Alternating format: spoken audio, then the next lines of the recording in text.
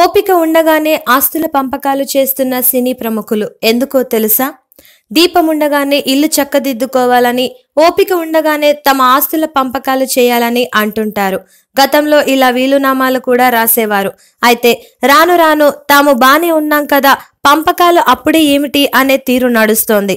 అయితే ఉన్నట్టుండి అనుకోని మరణాలు సంభవిస్తున్న నేపథ్యంలో వారి వారసులకు శాపంగా పరిణమిస్తోంది. అందుకే మళ్లీ పరిస్థితి మారుతోంది. ఎందుకంటే దర్శకరత్న డాక్టర్ దాసరి నారాయణరావు బతికుండగా ఆస్తుల పంపకాల గురించి ఆలోచన చేసిన చుట్టూ ఉన్న వాళ్లు తొందరేమిటని వారించడంతో చేయకపోవడం వలన ఆయన హఠాత్ మరణం తర్వాత చిక్కులొచ్చాయని అంటుంటారు. అలాగే డాక్టర్ రామానాయుడు మరణంతో విక్టరీ వెంకటేష్ కి పెద్ద కొడుకు సురేష్ కి మధ్య విభేదాలు తలెత్తాయని చెబుతారు. అలాగే అక్కినేని మరణం తర్వాత ఆస్తుల పంపకంలో పెద్ద కొడుక్కి అన్యాయం జరిగిందన్న మాట వినిపించింది.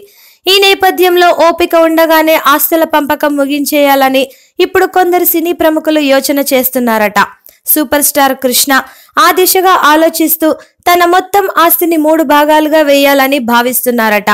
ఒక వాటా మొదటి భార్య ఇందిరాకు, రెండవ వాటా తనను నమ్ముకున్న సోదరుల పిల్లలకు, మూడవ వాటా విజయ నిర్మలకు చెందేలా చేసినట్లు వినికిడి. ఇక మహేష్ బాబు సలహాపై పెద్ద కొడుకు రమేష్ బాబుకి కొంచెం ఎక్కువ వాటా కట్టబెట్టాడని తెలుస్తోంది. ఎందుకంటే మహేష్ బాబుకి ఆర్థికంగా బానే ఉంది. ఇటు సినిమాలో అటు బ్రాండ్ అంబాసిడర్ గా పుష్కలంగా సంపాదిస్తున్నాడు. దీనికి తోడు అతని భార్య నమ్రత నుంచి కూడా సంపాదన వస్తోంది. ఇక మరోపక్క కలెక్షన్ కింగ్ మోహన్ బాబు విషయం తీసుకుంటే ఆయనకున్న జూబ్లీ హిల్స్ లోని ఇంటిని కూతురు మంచు లక్ష్మికి ఇవ్వాలని నిర్ణయించారట.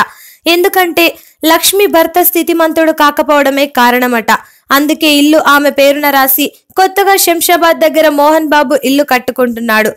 దీనికి మంచు లక్ష్మికి ముందుగా వాటా ఇచ్చి మిగిలినది మంచు విష్ణు, మంచు మనోజ్లకు సమానంగా పంచుతున్నారు. వారసత్వ నటనతో పాటు అటు ఆస్తులన్నింటినీ సమానంగా పంచిపెట్టాడని తెలుస్తోంది.